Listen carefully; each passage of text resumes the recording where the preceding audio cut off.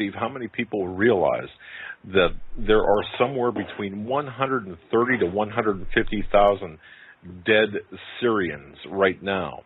I mean, 100. Now think about that number: 130 to 150,000 dead Syrians since the start of the so-called civil war, which the West really, once again, folks, it wasn't a civil war. This was a planned, or is a planned, overthrow of Assad.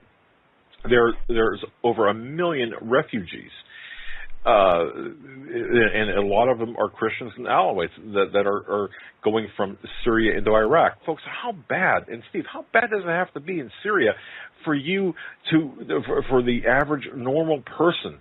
And I'm talking like, think of a middle-class person in Syria or in America, that equivalent, for you to leave everything behind and rush into Iraq or flee into Iraq. How bad does what you're fleeing have to be for you to flee into Iraq? And, of course, we had the assassinations of the Alawites here recently.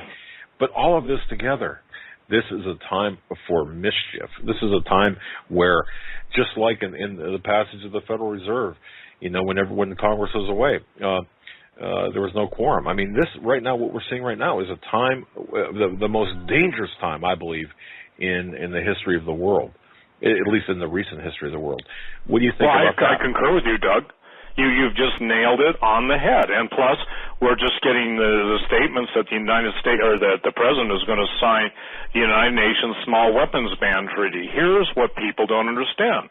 The United Nations Security Council is composed of, obviously, Russia and China. There are Russian and Chinese troops, and they know everybody who's got a gun. And some of you guys that think that, you know, well, I got it, you know, or I lost them when my canoe tipped over. They don't buy that, okay?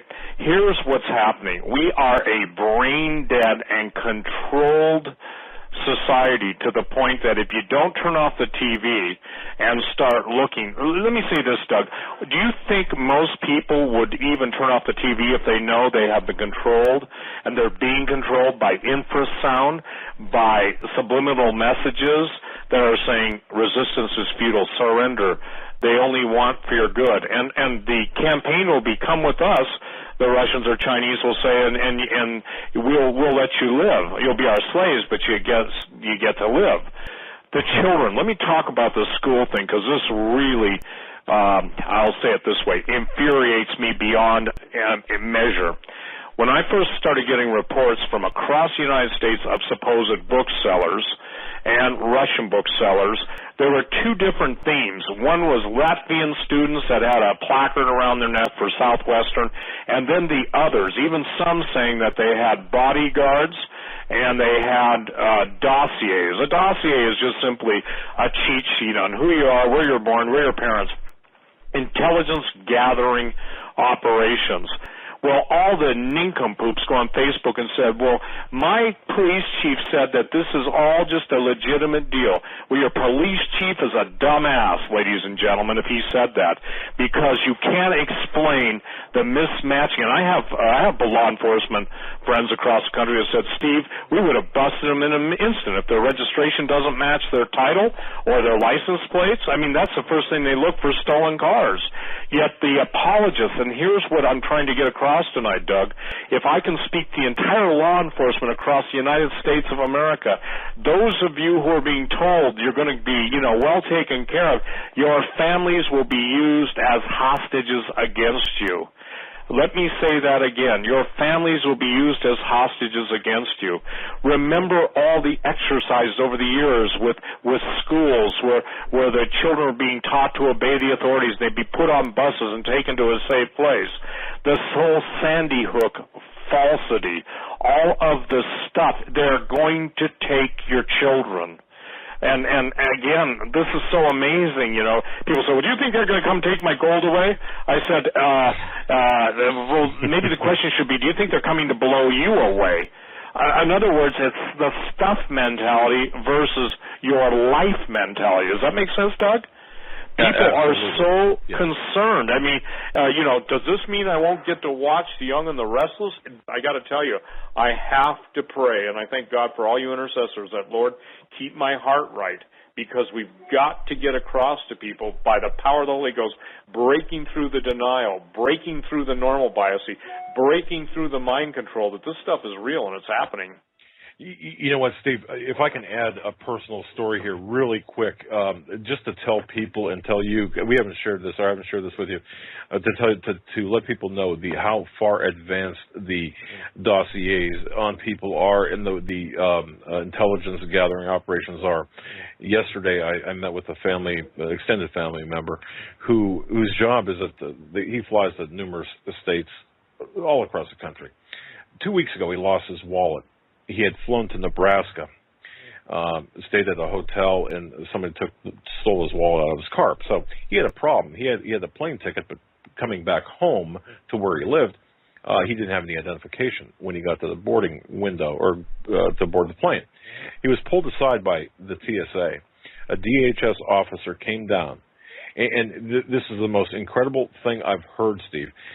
The DHS officer, it was in front of a computer screen, and he was on the opposite side, asked several standard questions, name, address, and so on and so forth, but then proceeded to ask him very specific questions. For example, where did you go to high school? And he named the high school.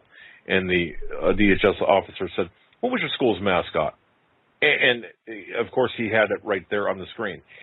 He was questioned about, give me the last name of one of your neighbors. And bang, it was right there on the screen.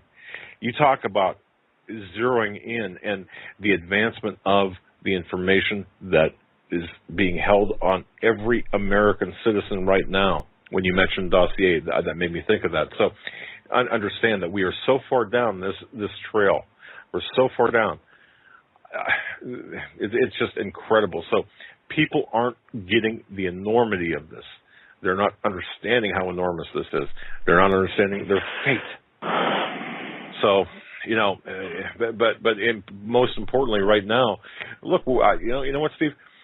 We are in a proxy war at several levels, and domestically or foreign, and then domestically here.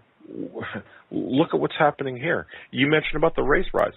Well, where are all of these Syrian and Middle Eastern refugees going to go? Well, isn't it convenient that we're going to be talking about modifying or providing amnesty for illegal immigrants and aliens here? We're going to be balkanized from what's happening over there. People don't think that what happens over there is going to affect us over here, and it damn well will. Well, and absolutely. I mean, Doug, I remember when you and I first started doing, and most people don't realize this, but we started our friendship with the HQ, what was it called, the HQ Intel Alert? Yes, sir. Yes, sir. Hagman Quayle Intel Alert.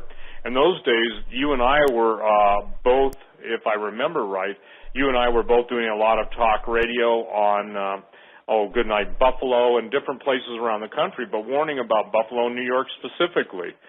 So much so, ladies and gentlemen, that the place that Doug had identified, that was the origin of a lot of death threats and operations against me, and a lot of threats and operation against Doug.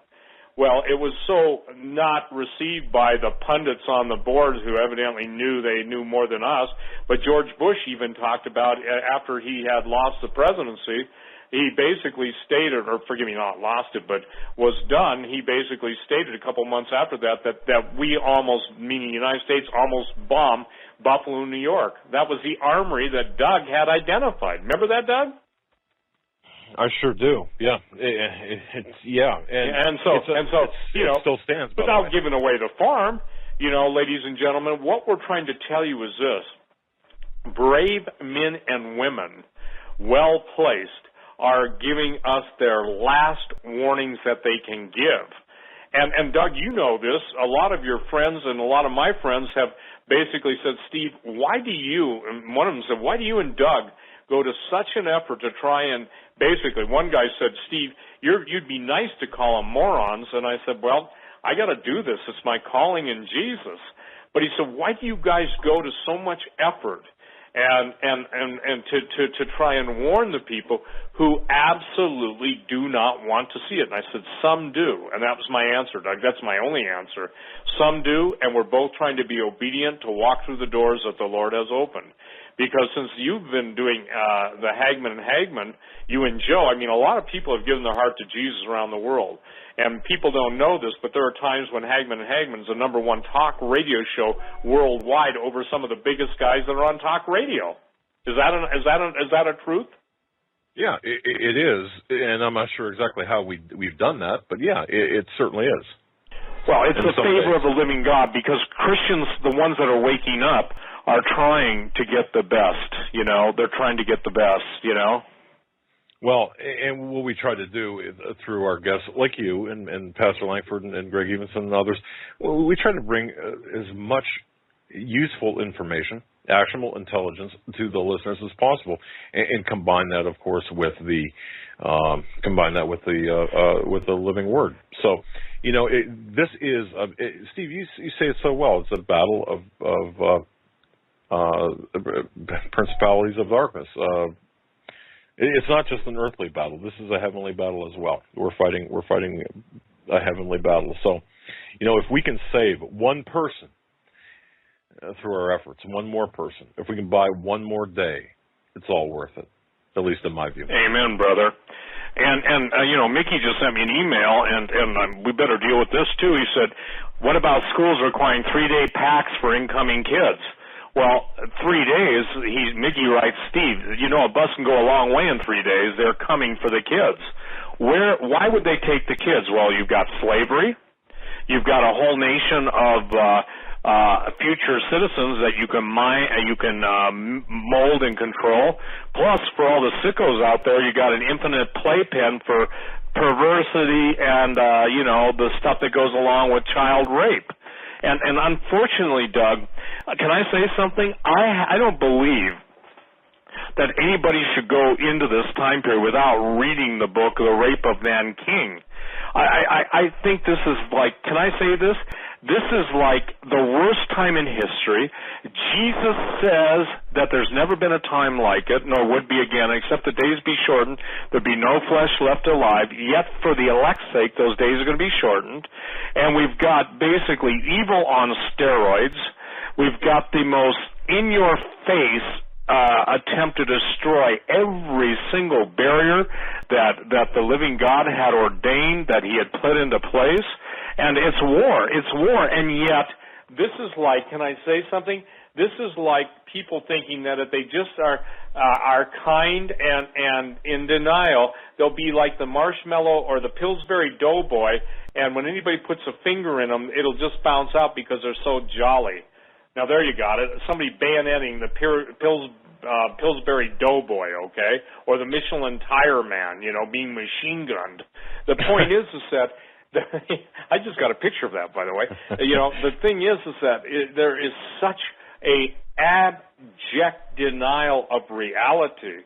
Again, my sources have told me that once this thing goes, that they mean the people that will bring in and institute martial law, Department of Homeland Security, military, they're going to wait a good 72 to 96 hours because they want the full ravaging of the country, especially in the larger cities, to take place. I mean, there is no place to go except looting when there is no money. There is no place to go except looting when all the banks are closed. And not only that, but there's going to be the gangs that have been preparing for these days have been hidden and covered by elements in our government that have been very well armed that are going to basically be told, it's killing time, boys. And when that's unleashed, that's what they're going to do. And then those guys who have been thinking that they're going to somehow get a get-out-of-mayhem card free, those guys get mowed down too. So much so that the military and all of their aerial assets will be used against American citizens. When Greg Evenson said that about yard farming, and I said it from the Air Force, a guy that was in my office from Northcom, people mocked us, they ridiculed us. I mean, we were like, you know, we were like scorned and just beyond anything. Now you've got people starting to, let's just say this, dirty their diapers in some cases because, and that's the nicest way I know how to say it, because there are jets strafing or helicopter gunships going over them, hovering over their houses. Ladies and gentlemen, if you got that going on, trust me, they're locking you in for their fire control panel. So, you know, it goes on and on, Doug. Yet now, Syria is the serious card in play. What will Israel do? Israel, listen, the minute Israel goes against Syria or we go against Syria, Israel has to decide to go against Iran. Iran has made it clear that they are ready for strategic war. Iran does have submarines. They do have super sunburns.